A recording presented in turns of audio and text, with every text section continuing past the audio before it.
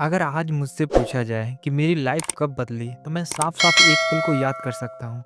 ये बात तब की है जब मैं 10वीं क्लास में था। एक दिन मेरे एक भाई ने मुझसे एक सवाल पूछा कि आगे लाइफ में तुम करना क्या चाहते हो? मैं उस समय पे कन्फ्यूज़ हो गया। सच कहूँ तो मैंने कभी इस सवाल पर गहराई से सोचा ही नहीं था। लेकिन ये सवाल मेरे दिमाग में घर कर गया और मुझे सोचने पर मजबूर कर दिया। मैंने खुद को एक्सप्लोर करना शुरू कर दिया। मुझे पढ़ाई में तो ज़्यादा मज़ा आता नहीं था और मैं पढ़ाई में अच्छा भी नहीं था। लेकिन हाँ, मुझे बिज़नेस और कंप्यूटर चलाना बहुत अच्छा लगता था। तो मेरे पास केवल 2 ऑप्शन थे, या तो मैं बिज़नेस कर लूँ कोई या फिर कंप्यूटर में कुछ कर लूँ।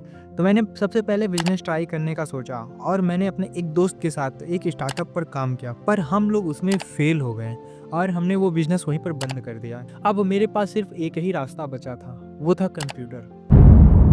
जब मैं 6वीं क्लास में था तभी से मैं कंप्यूटर सीख रहा हूँ और मैं दुकानों पर भी जा कर के काम करता था और बदले में उनसे कंप्यूटर एक्स्ट्रा सीखता रहता था। लेकिन मुझे कंप्यूटर में क्या करना है, ये सवाल अभी भी अधूरा था मेरे लिए। लेकिन वो कहते हैं ना, से चाहो तो पूरी कायनात उसे तुमसे मिलाने की कोशिश में लग जाती है। ठीक वैसा ही हुआ मेरे साथ। एक दिन न्यूज़ में मैंने हैकिंग के बारे में सुना और यही मेरे लिए टर्निंग पॉइंट था। अब मैंने सोच लिया था कि मुझे कंप्यूटर में क्या करना है और मेरा डिसीजन था कि मुझे अब एक हैकर बनना है और लोगों की मदद करनी है। 10वीं के बाद मैंने पढ़ाई छोड़ने का फैसला किया, पर मेरे घर वाले नहीं माने। जाहिर सी बात है, किसी के घर वाले नहीं मानेंगे पढ़ाई छोड़ने का फैसला हो तो। पर कैसे भी करके मैंने मम्मी पापा को समझा लिया। पर मेरे पापा ने मुझसे एक सवाल पूछा कि तू करना क्या चाहता है? तो मैंने उनसे बोला कि मुझे हैकर बनना है। तो उन्होंने बोला कि ये तो पढ़ाई के साथ भी कर सकता है तू। तो मैंने उनसे बोला, मैं जिसे आइडल मानकर हैकर बनना चाहता हूँ, उन्होंने भी 10वीं के बाद पढ़ाई छोड़ दी है और मैं भी ठीक उनके ही रास्ते पर चलना चाहता हूँ, इसीलिए मैं भी पढ़ाई छोड़ना चाहता हूँ। तो उन्होंने मुझसे एक सवाल पूछा कि क्या तू कर लेगा? मैंने पूरे आत्मविश्वास से बोला, हाँ पापा, मैं कर लूँगा। पापा से मैंने जिद करके एक सेकेंड हैंड लैपटॉप ले लिया और अपनी हैकिंग की जर्नी शुरू कर दी। शुरुआत आसान नहीं थी, मुझे कोई भी गाइड करने वाला नहीं था। मैं खुद से सारी चीज़ें एक्सप्लोर करता गया, इंटरनेट से सीखता गया, बुक्स पढ़ता गया।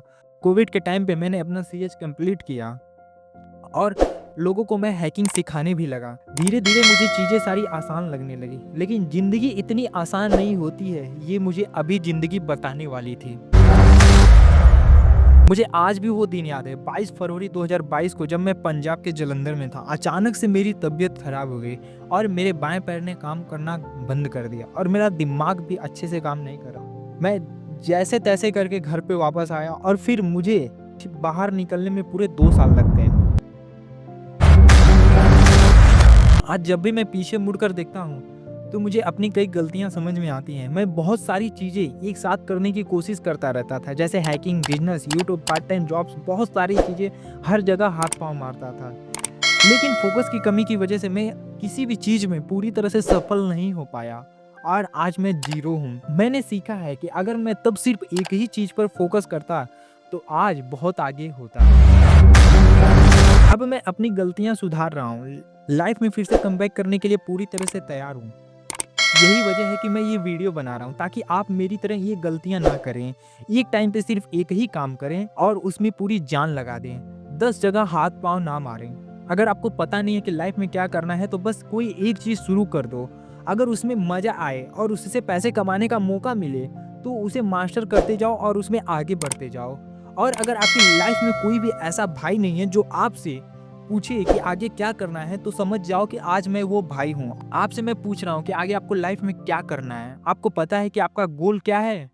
वीडियो के एंड में बस यही कहना चाहूँगा कि अगर आप अपनी लाइफ में कुछ बड़ा करना चाहते हैं, तो इस चैनल को सब्सक्राइब करें, क्योंकि यहाँ पर आपको रियल लाइफ प्रॉब्लम का रियल सॉल्यूशन मिलने वाला है। धन्यवाद। जय हिंद।